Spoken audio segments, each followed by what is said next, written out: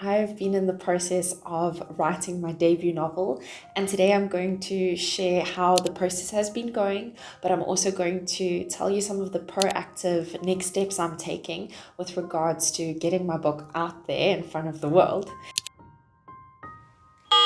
If you're new here, my name is Marguerite Fora, and last year during November, I created my own version of NaNoWriMo, and I managed to complete the first draft of my debut novel in that time frame. On this channel, you'll find videos where I talk about the process. So far, I've already written the first draft and had an editor look at and give me feedback for my first draft. But I also have videos on this channel that relate to creativity, as well as some writing habits or tips that have really helped me in my process of shaping something that I'm really proud of. I've made some notes that I'll be walking us through.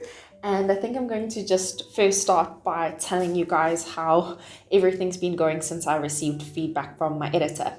So if you're new here, I was very fortunate that I managed to work with an incredible editor that I found on Fiverr. I'll link that whole process for you in the description or above if you want to check that out. But I got my notes back at the end of Jan, and I've been working through those notes and the feedback, and it's been incredible. It's been truly enriching. When I finished the first draft and when I did my first edit before I sent it to my editor, I found that to be incredibly overwhelming. It was very humbling because I just wrote my first draft. I just let it come out. But then when I did my round of editing, I was humbled at how terrible my first draft was. I knew it wasn't going to be great, but I just didn't expect it to be as bad as it was. So that first edit was really tricky for me, and I had to dig deep to actually get that done. But after I edited it, I ended up with something that I was really proud of, but that I knew wasn't perfect yet. I'm also fully aware that it takes multiple drafts to create anything good, so I don't have any unrealistic expectation on myself to produce something that is just going to be banging straight off the bat. Anyway, so I have been working through my editor's feedback, and what's been so incredible is that she's helped me identify certain themes that I haven't followed through in my entire book. So currently my debut novel is called The One, and that theme is pretty clear.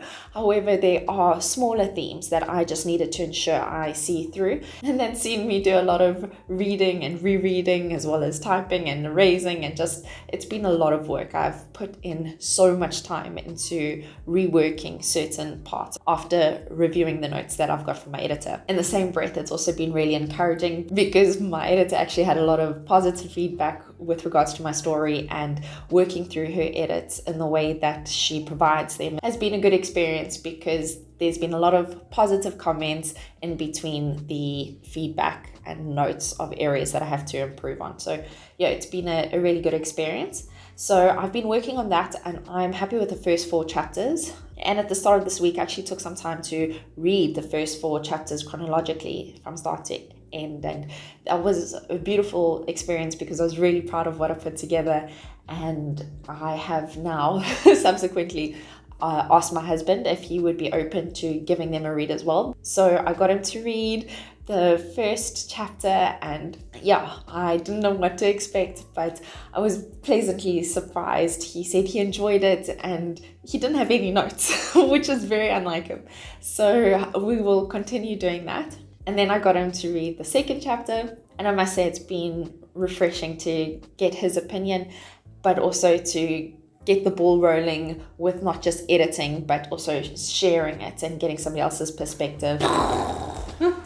I'm now going to share some of the proactive steps I've taken with regards to setting myself up for the next phase after I have edited my book, and that is reaching out to agents. So I still haven't decided if I'm going the traditional route or the self-publishing route, but I think from the brief understanding I have of both industries, the type of person I am would be a better fit for the traditional world. So as I shared with you in the video at the start of the year where I shared all of my goals and my plans for hopefully achieving those goals, I started creating a list of agents that I'd like to reach out to. So the goal is to get to 100 agents that I would like to reach out to, and I'd like to say that my list is going great.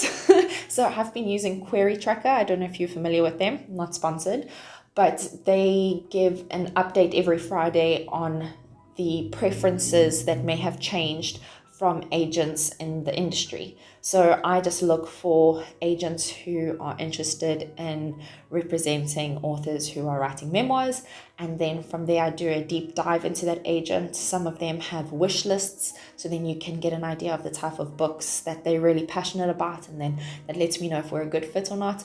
But I have also reached out to an agent who I just thought would be the most wonderful fit, to see if she'd be open to just jumping on a call that I would record and share with my audience, that just walks through this world a bit better, because I'm still very green and I don't know much. And I'm happy to tell you that the interview did take place.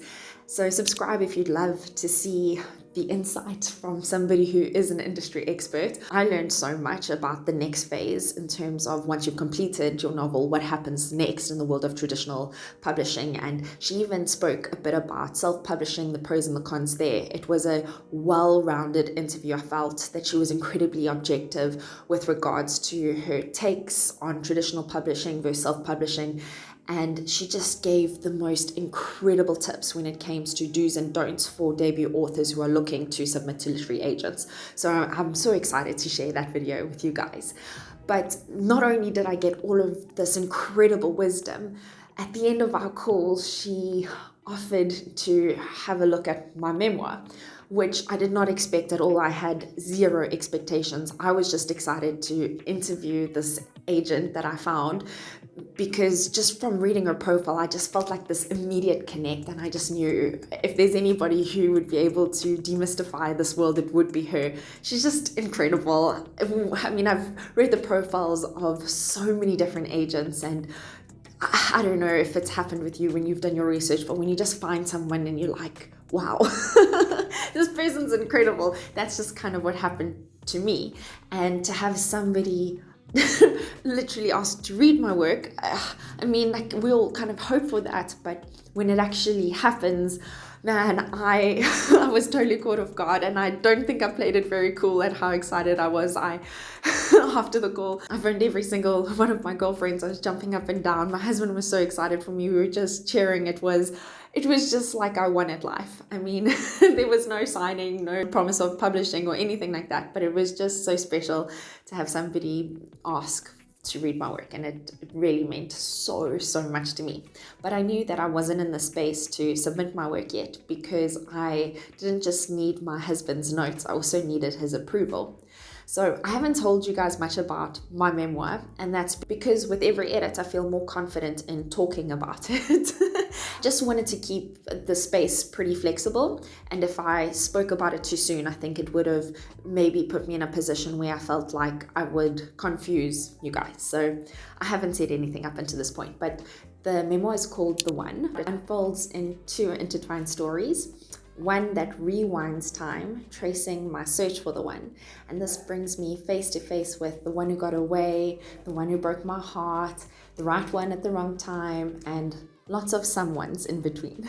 And the other stays rooted in the present, where instead of turning outward to find love, I embark on an eat, pray, love style adventure, learning to look inward to see myself as enough, and to understand what it truly means to love and accept who I am. Along the way, I find my voice, and I recognize moments where I play small in relationships, unraveling old patterns and discovering what it means to fully stand in my own worth. Now, spoiler alert, the one ends up being the person I'm married to, my incredible husband, and I feel like the life I've lived, it's really been pretty cinematic. Like, as somebody who has dreamed up stories and written a whole bunch of fictional screenplays, when it came to writing my own book, I think it just poured out of me because I was able to tap into my real life, and I am really proud of what I put together. And like I mentioned earlier, my husband loved the first two chapters, but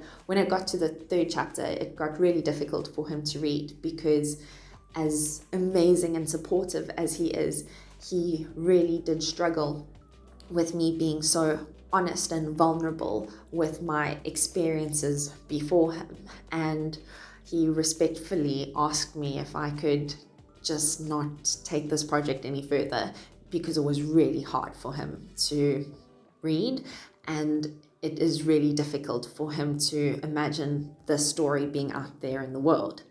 And as much as I've learned to find my own voice, I've also learned that I need to give space for others to have their say and to also listen. And I had a very big cry about this, because in one respect, the best thing that could have ever happened to me, an agent requesting to see my work, and then the same time my husband reading my work and just not feeling comfortable with me putting it out there into the world. It was really weird. And I put so much heart and so much love into this project, and time, of course. And yes, I've come to the point where I just feel like it wouldn't be respectful for me to put the story out there. Even though I sing the praises of my husband, he's absolutely wonderful, but I can understand where he's coming from, and I would never want to make him feel uncomfortable. So I am now at a place where the pain of saying goodbye to something that I've poured so much of myself into has somewhat subsided, and I feel like I'm able to almost see my memoir as somewhat of a content Bible in some way that I can pull from and inject into my other stories. My husband has absolutely no problem with me writing or creating stories. He loves the idea of me pulling from my real life and putting it into fiction. He's on board for that 100%. It's just difficult for him to stomach me actually sharing my personal life, which I get and I respect. So I can't believe I'm saying this, but I'm abandoning my memoir, and it's bittersweet, but I feel like I'm at the space now where I am able to see the sweetness of saying goodbye, and I am hopeful that I'll be able to put all of the love and passion and energy that I put into that memoir into a future story. So that's the plan. In March, I'm hoping to create my own version of what I did for NaNoWriMo, and I'm hoping to really tackle a new project of mine. I'm not sure where I'm going to go. Originally, I was hoping to turn one of my screenplays into a book, and I might still do that. But over the last couple of weeks, I've just had this idea literally burning up inside of me, and I've written it down in a notebook, and I might just want to go with that. I feel like I could actually channel quite a bit of my memoir into that. So I'm excited about the future. I'm sad to say goodbye to something, but what can we do? Anyway, thank you so much for spending your time with me. And if you're looking for a challenge in March, let me know. See you guys in a future video. Bye.